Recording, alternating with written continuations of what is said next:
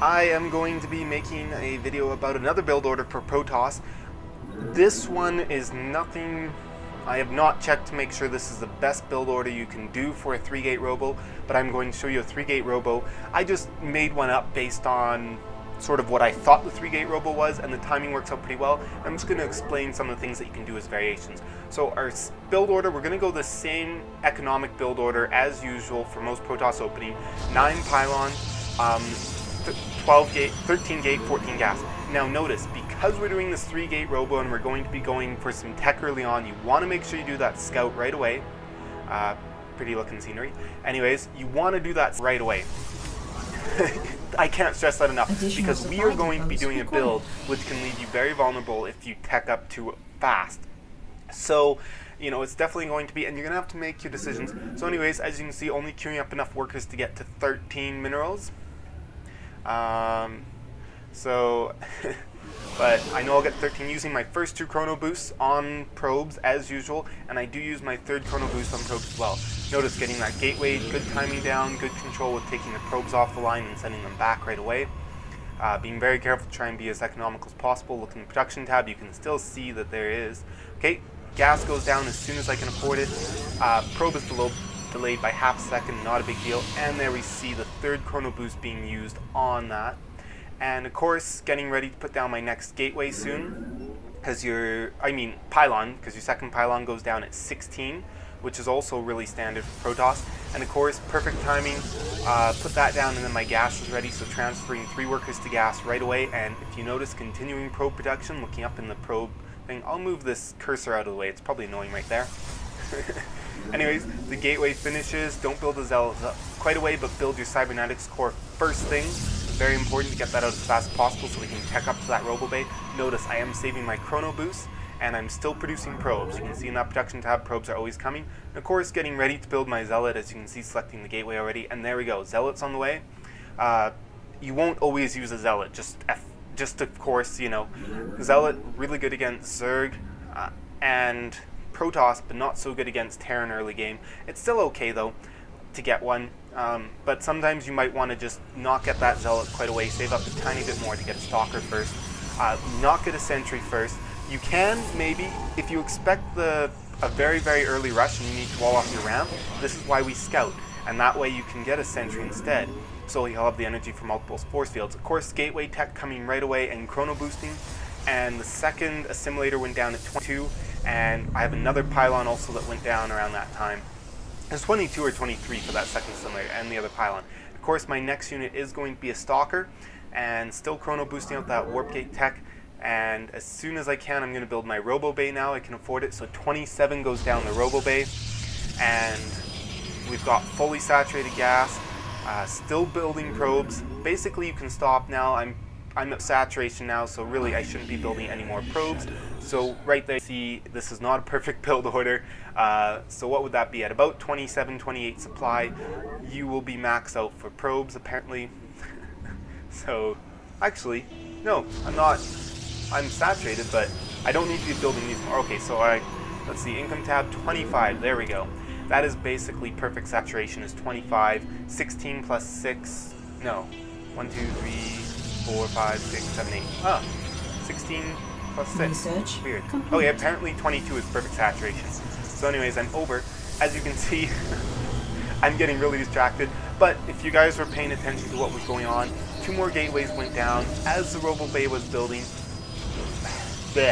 As the robo bay was building, throw down those 2 gateways as soon as you can afford them.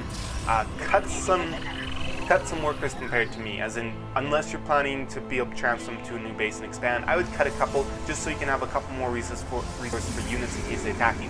Now this is another area where your scouting becomes very important. I started building a observer right now. If this scout had told me that they were going to attack or something, I wouldn't have built an observer. I would have gotten an immortal out of there or just used that to build more here. And the other thing I do want to note is I got this sentry. If you can afford not to get a sentry, then by all means it'll speed up getting your robo bay a little bit, and you know, maybe get a stalker instead, because you will be I was gas handicapped for getting this robo bay out in time, if you notice. So that is sort of, you know, one thing to think about when you're scouting is, you know, you do your scout and you say, can I afford not to build a sentry, or do I need to build one? And of course you're going to be building pretty zealot heavy because you need that gas for getting out things, either your colossi or your immortal. Now, the build order is officially done. As I said, most build orders take you around about 30 supply. But one thing I do just sort of want to say, we're just going to rewind and go back here a little bit. Oops, that's not rewind, that's slow it down. Sigh, I'm so great with controls, aren't I? So anyways, went a little too far back. As you can see, the Robo Bay coming down at 27, as I said before.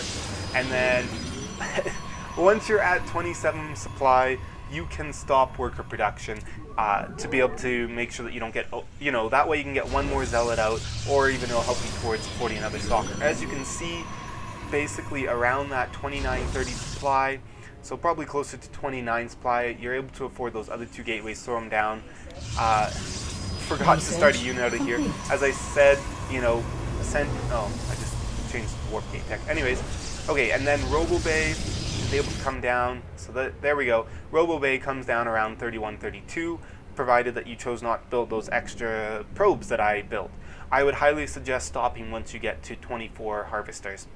And just, save extra 150 minerals that I spent, save that extra 150 minerals. Actually, no, I'd be down one more because this scout would probably be dead. So, but either way, I would stop once you get to 23 or 24, as 22 is perfect saturation if you go with 3 on each geyser and then 2 on each mineral patch. There's the odd time where, you'll get a tiny bit more gas if you put 4 on this geyser, but mineral wise, you won't really be helping yourself to have more than 2 per patch. You will a tiny bit, but it's, early game, we want to survive. We've done a lot of teching, so we need to afford those units. So that's why I'm really stressing, 23, 24 harvesters, stop producing harvesters, unlike me. And that way, this Robo Bay will be out around 30 supply, and of course throwing down your Pylon right after it. And as I said, your unit composition is going to be partially based on scouting, and also how many units you get out is also going to be based on scouting. And the other thing too is if you know they're going to do a very early push and you've scouted this, or you have your probe waiting somewhere and it sees their units coming by, do not build the Robo Bay, just build an immortal out of here if they're bringing marauders or roaches, and then just save your money up to be able to use these warp gates and get the units, and pause your Robo Bay and have it later. So that's sort of, the importance of scouting. But there we go, that is that. So that is sort of the build order I built for the 3-gate Robo. It gets you out pretty fast. You're doing basically, it's almost like a 1-1-1 build, except that it's not, because you don't have a Stargate coming out. But it's it's a gateway into Cyber, into Robo, and then you get 2 more gateways, and then you tech up to Robotics Bay. And the nice thing is, as long as you have to be careful, because you can get attacked early on and get caught in this vulnerable position where you're still teching up too heavily, and then they'll have an army advantage if they do some sort of, one base all-in style play. So you do have to be careful of that. That's one of the biggest weaknesses to this build, is that early aggression, and when it's like all-in style aggression compared to just, a couple units to keep you on your toes. But you can usually survive pretty well, because the other thing too is you can always save chrono boosts.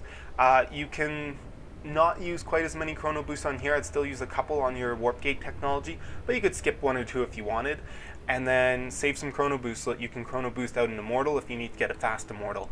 And so this build, it's becoming very popular against Terran, and you use it as quite an aggressive build. And against Zerg, it can be a pretty good build too. It's pretty weak to Protoss if they're using a well-executed 4-gate. So that's the biggest thing you got to watch out for. In addition to early pressure, is a well-executed 4-gate from Protoss, but really that is early pressure. So this build is pretty solid against almost anything except early pressure. And the one thing that I do want to note is I personally suggest getting out your Colossi before getting your extended thermal lance upgrade. And the other thing too to note is once you've got all this down, I would get down a factory when you can afford it. Factories only cost minerals. Don't get it too early because you still need army. You don't want to tech up too heavily. So wait, get a few more units and start, and see, as I did the Observer, but you wouldn't. I'm doing that because you can't build the Colossi right away, but if you needed to, you could build an Immortal instead if you're going to get attacked. So as you can see, start making sure I can start that Colossi or whatever you want out of there before considering putting down my forge. So, yeah. What else was going to say? Okay, nothing else. And this extended thermal lance will take a little bit to get to. In my opinion, having those colossi early on, as long as you're good with microing them, use them defensively, keep them on your cliff, whatever you want to do, you can still have them be extremely, extremely powerful without that extended lance upgrade and not have them die. It's very, very important if you're going to get these colossi right away and very early, you do want to make sure that they do not die if you're getting them that fast. You have to be very, very, very careful about that. So there we go. That is sort of my, 3-gate robo build. The other thing too is if you're going to be playing against Terran, most of the time I would suggest getting the immortal first. If you're playing against Zerg, I'd get the colossi. If you're trying this against Protoss, I would go with the colossi as well. But then again, if you know they're going heavy stalkers, get the immortal, because immortals deal extra damage against stalkers, and just make sure that you tell your immortal to attack the stalkers instead of attacking any zealots or sentries that they might have in front. Okay, hopefully you guys enjoyed this build order. There definitely are ways to improve upon it. Practice it yourself, but try it out. This is probably not exactly how they'd play it in Diamond or Masters League, but this will definitely be a very solid build order at a lot of different levels. And colossi are extremely strong for Protoss. Sometimes you just can't win without them, which sort of sucks. But yeah, so definitely try this out. And with this build, basically, once you've got a decent sized army and you expand at some point, you could expand earlier, but then again, you got to be careful of that teching up too early thing. You could have cut a couple of these zealots. You could have cut 2 or 3 zealots. You could have cut that forge to expand faster, or you could have even kept the forge in. And well, no, you would have expanded before the forge. So just depending on if you know what your opponent's doing. If you know he's not going to push out, you can do that expansion earlier. But this build, it pretty much starts off as a 1-base build. You should be aggressive with it, somewhat, to make sure your opponent doesn't get any macro advantage over you, and then expand. So really, I would sort of suggest, once this, you could be chrono boosting this colossi out, or if there's an immortal, do some aggression, sort of keep them on their toes, make sure that they're not out macroing you, and then expand, sort of around that 8 to 9 minute mark. And then, yeah, quite a solid build. You've got your gateways. You once you start to saturate your second main, then you can build another robotics bay as well as a couple more gateways. And I would also transition into adding a Stargate once you got your second base up. And the other thing too is you can start reproducing probes at this time, or once you've laid down that nexus, start reproducing probes, and you can chrono boost them out if you're not going to chrono boost your army or your tech. It's your choice, depending on how aggressive you think your opponent's going to be. And that way, by building these extra probes as this is working, then you'll have about 6 extra probes, maybe a little more, to transfer to your natural. So hopefully I've covered everything and been pretty exhaustive about what you can do with this build order, how to relate it to what's going on in the game, and where you can go with this. And I would just like to say from this, if you're playing against Zerg right now, the dominant build is going basically Stalkers, Colossi, and Void Rays. You're going to mix in a few zealots in the front for meat shields. If you want, you can have a couple sentries. Sentries are sort of optional, it seems. And the reason why this build works so well against Zerg right now is if they get corruptors to counter your Colossi, your Void Rays will basically be meat shields for your Colossi is the plan. And you're going to go heavy stalkers. So if they go Roach, Hydra, Colossi just absolutely, when you have like 6 Colossi, Roaches will just fall apart. And if you manage to get up to 8 Colossi, they'll fall apart even faster. And the Stalkers really help with the Roaches, as well as the Corruptors shooting them down. So, you get, usually you'll mix in like 4 to 6 Void Rays once it becomes late game.